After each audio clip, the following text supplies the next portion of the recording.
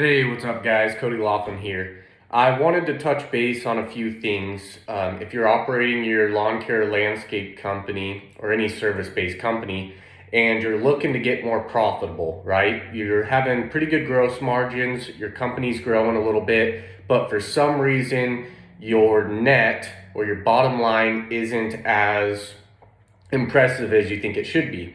So first off, make sure the services you're providing are pretty narrow.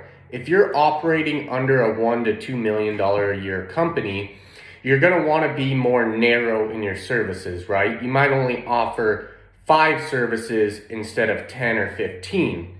The reason for that is because you don't have the capital or the revenue to hire those experienced guys for each individual service, okay? And you don't have the revenue or the money, or you shouldn't, buy the equipment or rent the equipment for each individual job, right? So if you're offering 5 services, that's going to allow you to buy more equipment, operate more efficiently, hire more experienced people for those services, okay? And then once you've really mastered those and you're very profitable, or you're as profitable as you would like to be, you can then start maybe adding a service and hiring someone with that skill set and gaining a piece of equipment for that. But guys, if you're having a small bottom line, I promise you that by limiting your services and really focusing on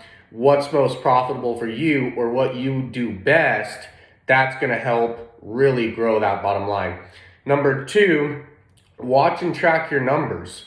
If you're not, at the end of the day, end of the week, or end of the month, looking at each individual service and seeing which ones you operate the best at or which ones have the highest profit, then there's no way you can really hone in and start focusing on selling those services, right? If there's one service that you make a 50% net on and another one that you make a 10%, but you're gaining all these services or new jobs that have that 10% net rather than that 50, it's obvious to see why you would have low margins. So make sure to reflect on what's going on in the field and where your numbers are and track those so you know what jobs to sell. Sell those ones that you do efficiently, have the equipment for, and that have the biggest margins, and your bottom line will go up. Third, upsells. If you're operating a maintenance company or landscape company, I'm going to use mowing for example, and you're there mowing, it's really easy to upsell a sprinkler adjustment or fertilizing or one of those. And for example, mowing might not carry the highest margins, but fertilizing and sprinkler work do.